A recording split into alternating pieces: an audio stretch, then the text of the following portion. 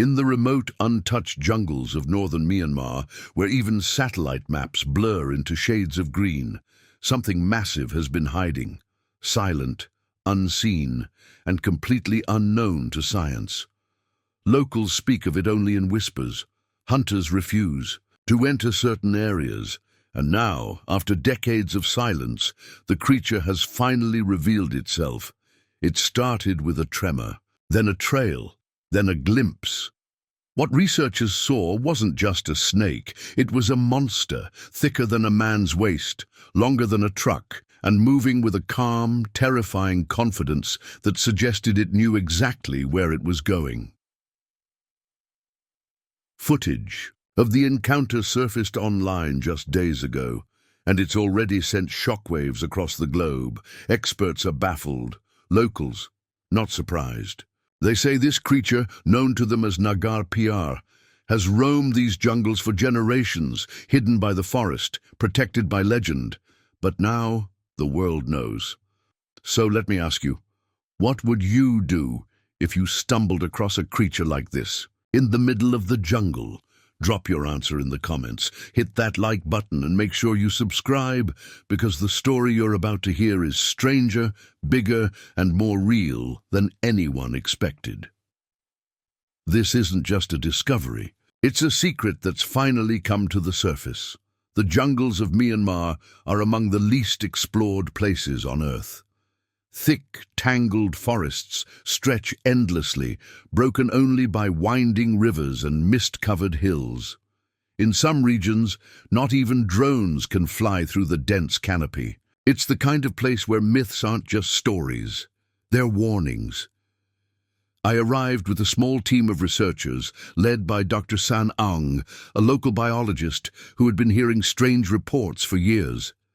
Farmers near the Chin Hills had spoken of missing livestock, trees shaking in the dead of night, and a path of crushed vegetation as wide as a small road. Most dismissed the stories as folklore, but then someone captured a blurry photo, a massive shadow stretched across a muddy trail.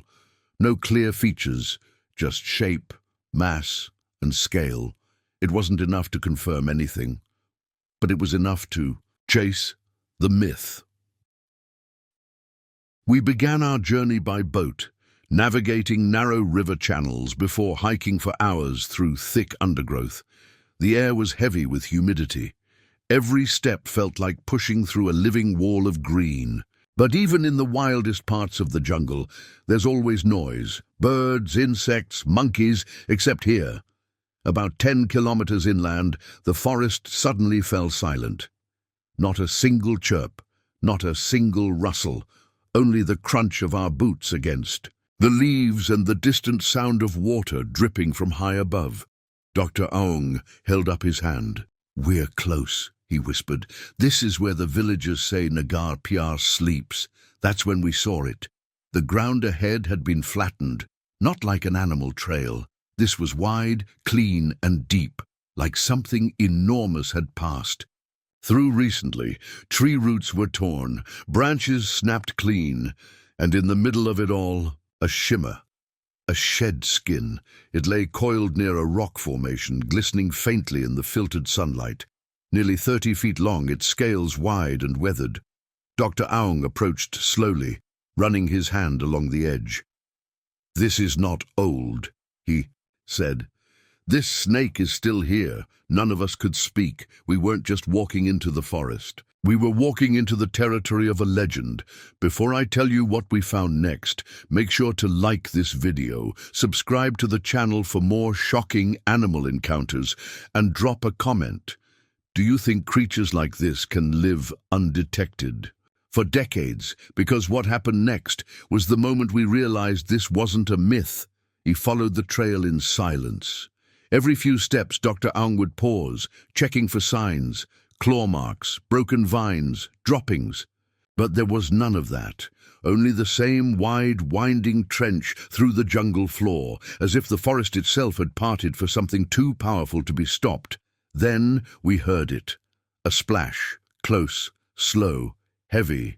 We moved toward the sound, crouching low, as we reached the edge of a small, shallow stream. And there, barely 10 meters ahead, it moved. At first, I thought it was a fallen tree sliding into the water. But then the head emerged, broad, flattened, silent. Its tongue flicked out, tasting the air. Eyes the size of golf balls scanned the edge of the jungle. It was calm, confident, completely in control, and massive. Joan, one of our wildlife specialists, gasped, "That's at least 10 meters, maybe more." The snake's body stretched endlessly, coiled beneath the water, partially obscured by thick roots and floating leaves. Its scales were dark olive and bronze, rippling like metal under the sunlight. It wasn't just big, it was ancient, powerful. This wasn't a rogue predator, this was a king. No, a god of this forest. Dr. Ang leaned closer and whispered, "This is Naga Pyar." Suddenly, the creature turned its head toward us. For a few terrifying seconds, it stared. Not moving, not blinking, just watching. And in that moment, I realized something that sent chills down my spine. It knew we were there, and it wasn't afraid. But then, just as calmly as it had appeared, it dipped its head back into the water and vanished. No splash, no struggle, just silence. We stood frozen. It wasn't just what we'd seen, it was how it moved, like it had chosen to let us witness it. Like the jungle had decided we were worth the secret. Joan turned to the camera and said, "This isn't a snake. This is a relic, something from a time before people ruled the earth." I knew then.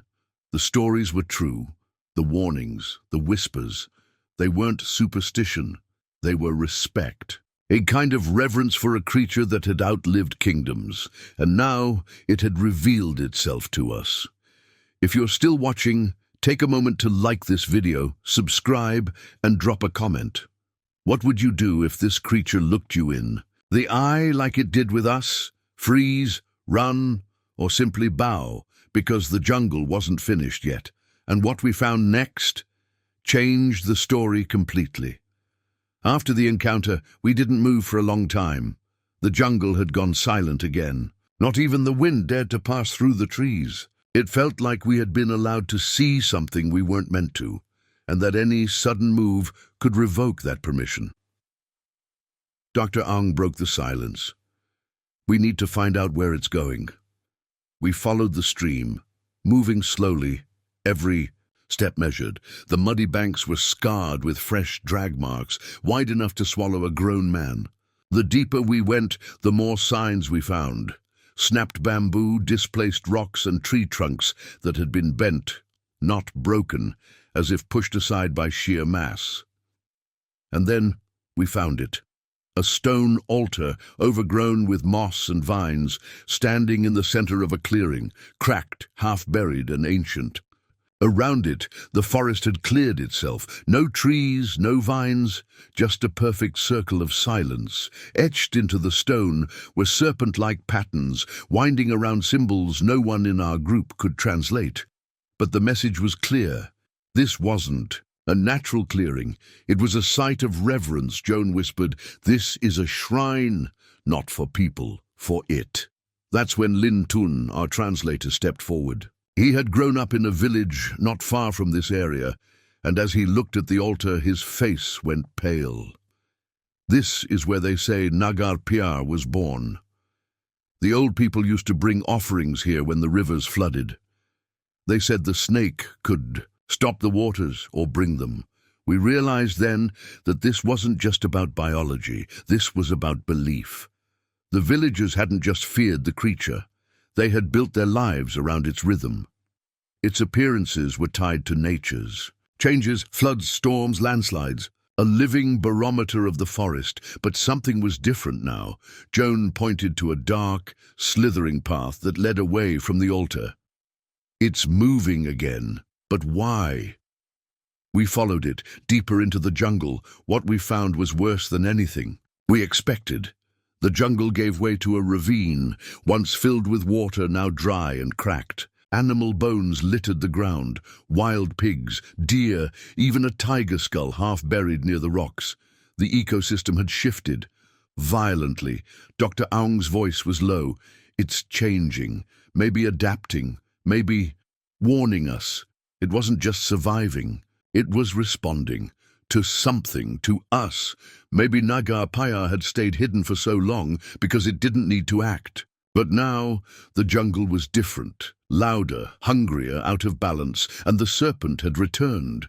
If you're still watching, like this video, subscribe to the channel and tell me in the comments. Do you think this snake is reacting to nature or to us? Is it protecting something or preparing for something worse? Because what happened next would confirm that we were no longer observers. We were part of the story. The deeper we went, the less it felt like we were walking through forest, and more like we were being led. The serpent's trail curved up the side of a rocky slope, hidden by thick foliage. Vines clung to jagged stones, and the air grew heavier, denser. Every breath felt like it carried history, old, wet, untouched. And then we saw it, a cave mouth, wide and dark, half covered by roots and hanging moss. It wasn't on any map, no path led to it. Yet the trail, the drag marks, the silence, the energy, all pointed here. Dr. Aung looked back at us. If Naga Pia came from anywhere, it's in there. We set up the thermal cameras, drone scopes and motion sensors. Joan stayed by the cave entrance, monitoring live feed on the screen. And then a flicker, heat, movement, something huge shifting slowly inside. We inched closer, our flashlights barely penetrating the darkness. The smell hit first, damp stone, wet moss, and something else. Reptilian, primal, alive. We heard. The breathing before we saw it. Low, heavy, measured, then from the depths of the shadows, a shape moved. Massive coils sliding across the stone, scales glinting like wet iron. A tail, thick as a tree trunk. Then the curve of a body. Then the eyes. She was there, watching, waiting, but she wasn't alone. Beside her, smaller but still enormous, another snake shifted. Then another. 3. Maybe 4. Joan nearly dropped the camera. This isn't one creature. This is a clutch, a colony. We weren't witnessing a lone survivor. We had stepped into the heart of something ancient, a hidden population, untouched by modern science, thriving in silence, buried by time, and they didn't flee. They didn't strike. They stayed still, calm, confident, like we were just the latest in a long line of beings who had wandered too close and been allowed to leave. Because this wasn't an accident. Naga Pia and her kin had chosen to be seen. We backed out slowly, hearts racing, eyes wide. We knew we had captured something beyond explanation. Not a myth, not a rumor, a living truth. By the time we returned to the village, word had already spread. Our drone footage had been uploaded, leaked, and shared across every corner of the internet. Headlines exploded overnight. Massive serpent colony found in Myanmar cave. Monster snake is real. Footage confirms it. What else is hiding in the jungle? And now, I turn to you. If this hidden serpent world exists, what else might be out there waiting? Let me know in the comments, smash that like button, and subscribe right now, because what we found next will take everything you think you know about the natural world and turn it upside down. As we left the forest behind, hiking back through the thick canopy with our gear soaked and our hearts still racing, one thing became crystal clear. This was never just about a snake. It was about a world, hidden beneath the roots of ancient trees and buried in the stories of those who still listen to the land. A world where myths breathe, where nature keeps secrets, and where the line between legend and reality is thinner than we ever imagined. Naga Pia wasn't just real. She was a symbol of power, balance, and silence. A silence that has outlived kings, empires, and now satellites. What we witnessed inside that cave wasn't an anomaly. It was a message that there are still corners of this earth untouched by technology, still places where the wild writes its own rules, still creatures that don't just survive, they command respect, and for once the world is listening. But what happens next is up to us. Will we chase this story for fame, or protect it for the generations who come after us? Will we call them monsters or guardians?